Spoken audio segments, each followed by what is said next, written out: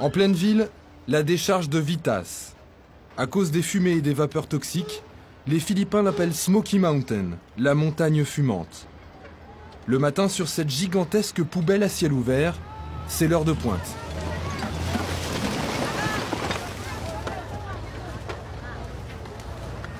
Dans les ordures jusqu'aux chevilles, ils sont des centaines de chiffonniers à guetter le déchargement des camions. Beaucoup d'entre eux sont des enfants. Un balai invraisemblable où chacun se précipite pour avoir les meilleurs morceaux.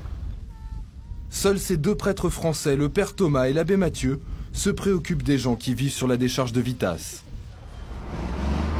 Hey, on a mis des gens à la poubelle.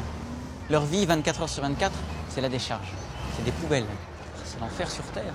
L'enfer sur Terre. Qu'est-ce que vous pouvez imaginer de pire? Dites-moi. Vous êtes dans votre maison, quel est l'endroit le pire où vous pourriez vous cacher? C'est la poubelle.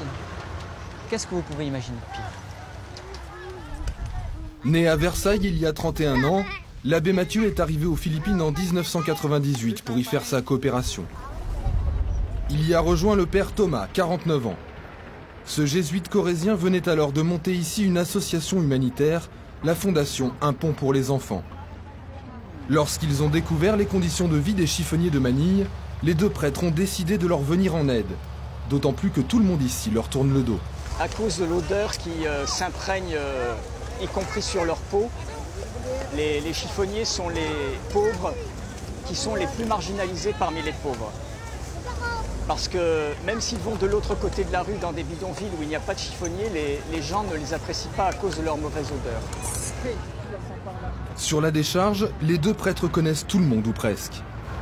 Derrière le chaos apparent, ils ont découvert une véritable société, avec ses codes et sa hiérarchie. Il y a des chiffonniers qui ont le droit de ramasser les métaux les plus précieux, d'autres qui ont le droit de ramasser la ferraille, d'autres qui ont le droit de ramasser le plastique. Donc chacun a sa spécialisation. En fonction de l'ancienneté, de l'autorité que peut avoir le chiffonnier sur les autres, c'est la loi du plus fort. Une jungle dans laquelle les plus audacieux sont les premiers servis. À l'arrivée des camions poubelles, les accidents ne sont pas rares.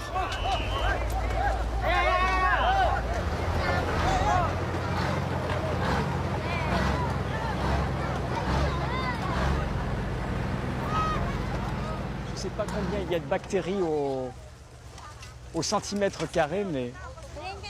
Le père Thomas nous emmène au bord de la décharge. C'est là que des grossistes rachètent les sacs de détritus au poids. Canettes, boîtes de conserve ou vulgaires déchets plastiques, tout est recyclé, exploité.